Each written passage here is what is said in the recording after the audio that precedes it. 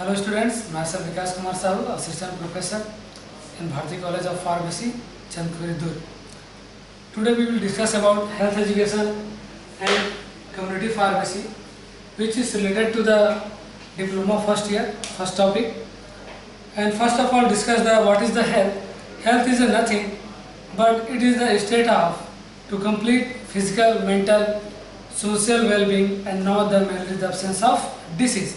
And what is the health education? Health education is the process in which what is the changes in our health, attitude and related to the knowledge. And what is the community pharmacy? Community pharmacy is the nothing but it is the healthcare services. So we will discuss about the healthcare and their dimensions. Now we will discuss the dimensions of health.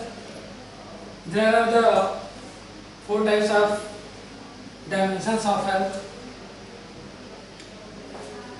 First health is physical health, second is mental health, third is social and fourth is spiritual health. First discuss करते हैं physical. What is the physical health? Physical health is nothing but it is the state where our normal body function or overall body is properly working.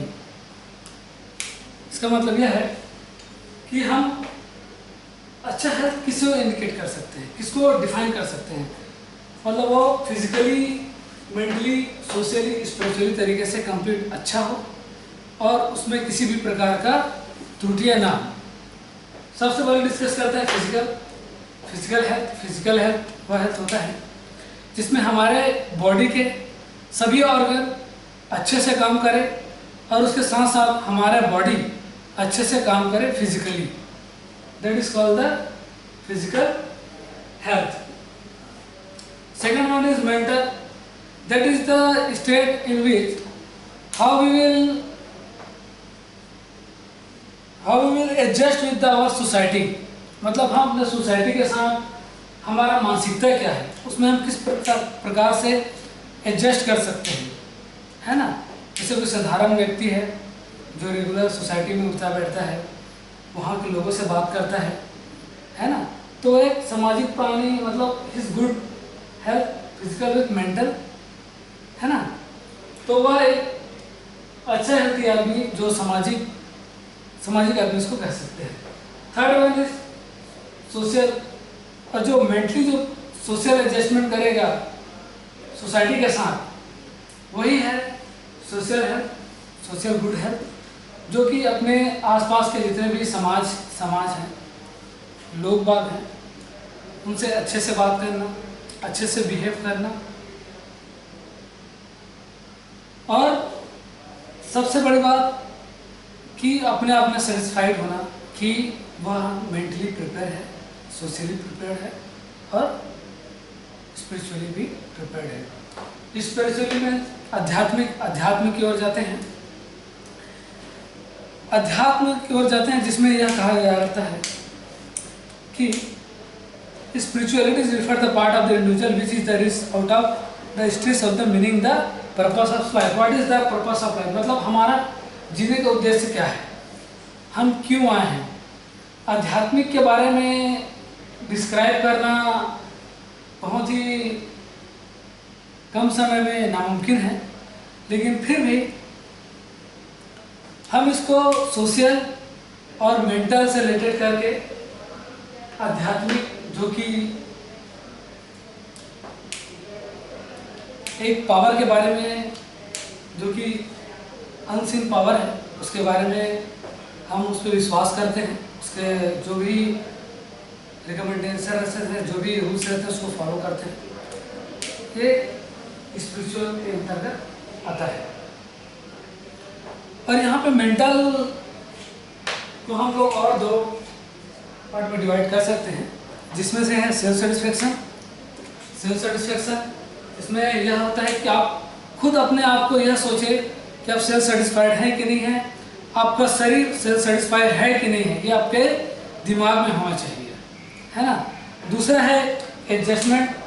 Adjust करना है किसी भी with the other and except other activities में, है ना, किसी भी social, अपने दोस्तों के साथ, अपने परिवार के साथ एडजस्ट करके चलना। सेकंड, सेल्फ कंट्रोल, अपने आप में कंट्रोल होना चाहिए, मेंटली कंट्रोल होना चाहिए कि वह एक सुव्यवस्थित जीवन जिए, किसी के साथ अचानक उठ के सुबह सुबह लड़ाई झगड़ा न करने लग जाए, किसी को गाली गलौज न करे, सिस्टमेटिक ढंग से रहे, अच्छे से रहे। That is called the mental self control. And हम हेल्थ एजुकेशन कम्युनिटी फार्मेसी के अंतर्गत दूसरा देते हैं determinants of the health. Determinants, कौन कौन से जो फैक्टर है वह डिटरमाइन करता है हमारे अच्छे हेल्थ को, है ना, उसको बोलते हैं डिटर्मिनेंट्स ऑफ हेल्थ। सबसे पहले हम पढ़ते हैं हेरिडिटी। यह एक महत्वपूर्ण फैक्टर है हमारे हेल्थ के लिए, जो कि हेरिडिटी मीन्स अनुवांशिकता। जो भी हमारा हेल्थ है, कोई पतला है, कोई दुबला है, कोई मोटा है, कोई अच्छा है, कोई गोरा है, कोई काला है, यह हेरिडिटी के थ्रू अपने माता पिता से उनके बच्चों को यह अनुवांशिकी मिलता है, जिससे हम बदल नहीं सकते। जैसे जिसको जन्मजात किसी को, जैसे डिसीज में अगर हम आ जाएं तो किसी को सिकल सेल एनीमिया, उसके माता पिता से उसके बच्चे को heart related disease, cardiovascular disease, ischemic heart disease, diabetes, those type of disease are transferred from, are carried out from one generation to other generation with the help of heredity। Heredity के through ये जितने भी प्रकार के disease हैं वह एक पीढ़ी से दूसरे पीढ़ी में यह जाते रहता है। ठीक है। दूसरा है इन्वायरमेंटल फैक्टर। हमारे हेल्थ को इन्वायरमेंट बहुत ही ज़्यादा इफेक्ट करता है। यहाँ के वातावरण, यहाँ के सराउंडिंग और हमारा इंटरनल वातावरण भी, यह दो पार्ट में डिवाइड है इन्वायरमेंट। एक इंटरनल इन्वायरमेंट, एक एक्सटर्नल इन्वायरमेंट। इंटरनल इन्वायरमेंट में वह रखा जाता है जैसे हमारे बॉडी में खुद का environment, just like temperature, body temperature, और ऑर्गन्स प्रॉपर काम कर रहे हैं कि नहीं कर रहे हैं, कोई प्रॉपर अच्छे से वर्किंग कर रहा है कि नहीं कर रहा है ऑर्गन्स। एक्सटर्नल में क्या रख सकते हैं? एक्सटर्नल में जैसे external environment just like air, water, sunlight and etc, ये जो है वो एक्सटर्नल इन्वायरमेंट में आते हैं, है ना। उसके बाद हम देखते हैं लाइफ स्टाइल। लाइफ स्टाइल क्या होता है? It is the means that people are live. People कैसे अपना जिंदगी जीता है, सामान्य व्यक्ति अपना कैसे जिंदगी जीता है, यह किसी भी मनुष्य के हेल्थ में बहुत बड़ा भूमिका निभाता है। जैसे कोई सामान्य आदमी सुबह जल्दी उठता है, जल्दी ब्रेकफास्ट करता है, लंच करता है, उसके बाद टाइम में सोता है, टाइम में उठता है, अपना duties regular time to time करता है, उसका लाइफ स्टाइल अच्छा रहेगा, उसका हेल्थ अच्छा रहेगा, उसका स्वास्थ्य अच्छा रहेगा, उसको विभिन्न प्रकार की बीमारियां नहीं होगी। अगर कोई अनुवांशिक बीमारी है वो भी डिले हो जाएगा। लेकिन दूसरा व्यक्ति उसकी कंपैरिजन में अगर वो लेट उठता है, लेट नाइट सोता है, खाने पीने का अव्यवस्थित जीवन जीता है, खाने पीने का कोई ठिकाना नहीं है, कभी ब्रेकफास्ट 12 बजे कर रहा है, कभी 2 बजे ब्रेकफास्ट कर रहा है, जिसके कारण उसकी इम्यूनिटी सिस्टम वीक हो जाएगी और उसको डिफरेंट टाइप ऑफ डिसीज जो है उसको इफेक्ट करना चालू कर देंगे। तो उसका लाइफ स्टाइल भी बहुत ज़्यादा इफेक्ट करता है हेल्थ को। चौथा है social economic condition. Social economic condition वह कंडीशन होता है जो कि इंक्लूड करके रखता है, जिसके अंतर्गत आते हैं उस व्यक्ति का इनकम, उस व्यक्ति का एजुकेशन, उस पर्सन पर्टिकुलर का न्यूट्रिशन, कितना वह न्यूट्रिशन लेता है, और ऑक्यूपेशन। तो ये सब सोशल इकोनॉमिक कंडीशन के अंतर्गत आते हैं। इसमें फर्स्ट ऑफ हम देखते हैं इनकम। किसी भी व्यक्ति का इनकम उसके हेल्थ के लिए बहुत ही ज़्यादा इफेक्टिव रहता है, क्योंकि वह इनकम के हिसाब से वह अपने परिवार का, अपने शरीर का और अपना खुद का ख्याल रखेगा। किसी भी परिवार को चलाने के लिए इनकम की बहुत ज़्यादा ज़रूरत होती है। उसके हिसाब से वह बजट बनाता है अपने परिवार का, और उसके हिसाब से उनके यहाँ जो भी फल, सब्जियाँ, चावल, दाल, उसके हिसाब से वह लाता है और उसके हिसाब से उसके घर का चूल्हा बनता है। दूसरा है एजुकेशन। कोई भी पर्टिकुलर आदमी अपने हेल्थ के बारे में तभी वो अच्छे से सोच सकता है जब उसके बारे में वो एजुकेट हो, उसके बारे में नॉलेज हो, हेल्थ के बारे में नॉलेज हो, क्या खाना है, क्या पीना है, कब सोना है, कब उठना है, कैसे अपना जीवन दिनचर्या रखना है। योगा को इंक्लूड कर सकता है, एक्सरसाइज को इंक्लूड कर सकता है, और डिफरेंट जितने भी मेथड हैं जो कि हमारे हेल्थ को रिलेटेड जितने भी प्रॉब्लम्स हैं उसमें हम एजुकेशन को इंक्लूड कर सकते हैं। Third one is the nutrition, which is defined as the nutrition how to you will take the daily basis nutrition just like vitamins, proteins, carbohydrates and other nutrients. Vitamins दो type से होते हैं, एक water soluble, एक water insoluble. तो vitamins जो nutrients के अंतर्गत आते हैं तो वह पर्टिकुलर पर्सन को पता होना चाहिए जो कि उसके हेल्थ को इफेक्ट करता है। न्यूट्रिशन, कितना न्यूट्रिशन लेना चाहिए डेली बेसिस पे, कितना अगर अधिक भी ले ली न्यूट्रिशन तब भी हमारे लिए हार्मफुल है, क्योंकि उसमें ओबेसिटी आ जाएगी। ओबेसिटी मतलब मोटापा बढ़ जाएगा, मोटापा बढ़ने से चर्बी बढ़ जाएगी, फैट बढ़ जाएंगे, जिससे उन्हें डिफरेंट डिसीज हो सकती है, just like cardiovascular disease, diabetic disease.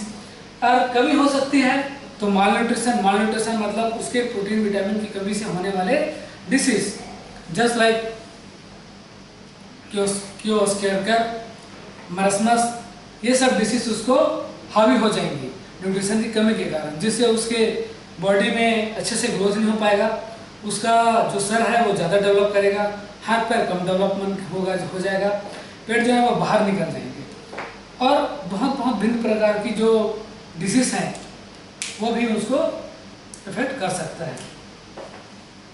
Occupation, social economic में फोर्थ वन है ऑक्यूपेशन। ऑक्यूपेशन बहुत बड़ी भूमिका निभाता है किसी भी मनुष्य के हेल्थ में, क्योंकि उसका ऑक्यूपेशन वो क्या कर रहा है। जैसे कोई मनुष्य अगर वह सीमेंट फैक्ट्री में पैकेजिंग डिपार्टमेंट में है, पैकेजिंग मतलब सीमेंट प्लांट में पैकेजिंग मतलब वहाँ पे डस्ट बहुत ज़्यादा रहेंगे तो उसको फेफड़े से कैंसर होने के चांसेस रहेंगे, उसको सांस लेने में तकलीफ हो जाएगा, और डिफरेंट डिसीज भी उसको हार्मफुल हो सकता है। उसी प्रकार जितने भी पॉपुलेटेड एरिया, मोर पॉपुलेटेड एरिया में जो आदमी काम करता है उसको डिफरेंट टाइप ऑफ डिसीज हो सकते हैं। लेकिन जो ऑफिस में वो काम करता है, जो स्वच्छ साफ सुथरे जगह में काम करता है, उसको बीमारियां बहुत कम लगेंगी और उसका हेल्थ बहुत अच्छा रहेगा। फिर तो देखते हैं हेल्थ सर्विसेज। कौन से हेल्थ सर्विसेज आपको प्रोवाइड है। जस्ट लाइक हेल्थ सर्विसेज जो हमारे नेचुरल हेल्थ सर्विसेज हैं, नेचुरल हेल्थ सर्विसेज में आते हैं जैसे एयर है, वाटर है, साफ सुथरा वाटर पीना है या यूज़ करना है, साफ सुथरा एयर लेना है, और भी डिफरेंट सर्विसेज हैं जैसे सनलाइट है ना। तो ये सब चीज़ हेल्थ सर्विसेज में आते हैं जो कि नेचुरली हैं, और जो आर्टिफिशियल हैं या फिर जो मानव के द्वारा दिया जाता है जैसे hospitals, doctors, nurse, pharmacist. Third में है अदर्स में एक इंक्लूड किया गया है agriculture, include the agriculture, education, industry and the rural development. They have the impact on the health by the rising the standard of the living। तो agriculture और rural development जो कि है हमारे हेल्थ को इफेक्ट करता है, और हमारे लिविंग जो है लाइफ स्टाइल को भी इफेक्ट करता है। तो ये हो गया डिटर्मिनेंट्स ऑफ हेल्थ, मतलब factor which determine the good health. उसके बाद हम देखते हैं indicators. What is the indicator which is indicate to the health. indicators are the required to assess the health of a community and also compare to the health status one community with the others। मतलब यह जो है वो comparison करता है या फिर उसका अवलोकन करता है हेल्थ का, किस तरीके से हम अच्छे गुड हेल्थ को और बैड हेल्थ को अवलोकन कर सकते हैं। यह है जो डिफरेंट पैरामीटर्स है, इसके थ्रू हम किसी भी सोसाइटी को अदर सोसाइटी से कंपैरिजन कर सकते हैं और उसके बारे में हम बता सकते हैं। First of all mortality rate. Mortality क्या होता है? मोर्टेलिटी वो आता है what is the death rate, मतलब किसी भी सोसाइटी में डेथ रेट कितना इफेक्टिव है। जैसे ए और बी दो सोसाइटी है,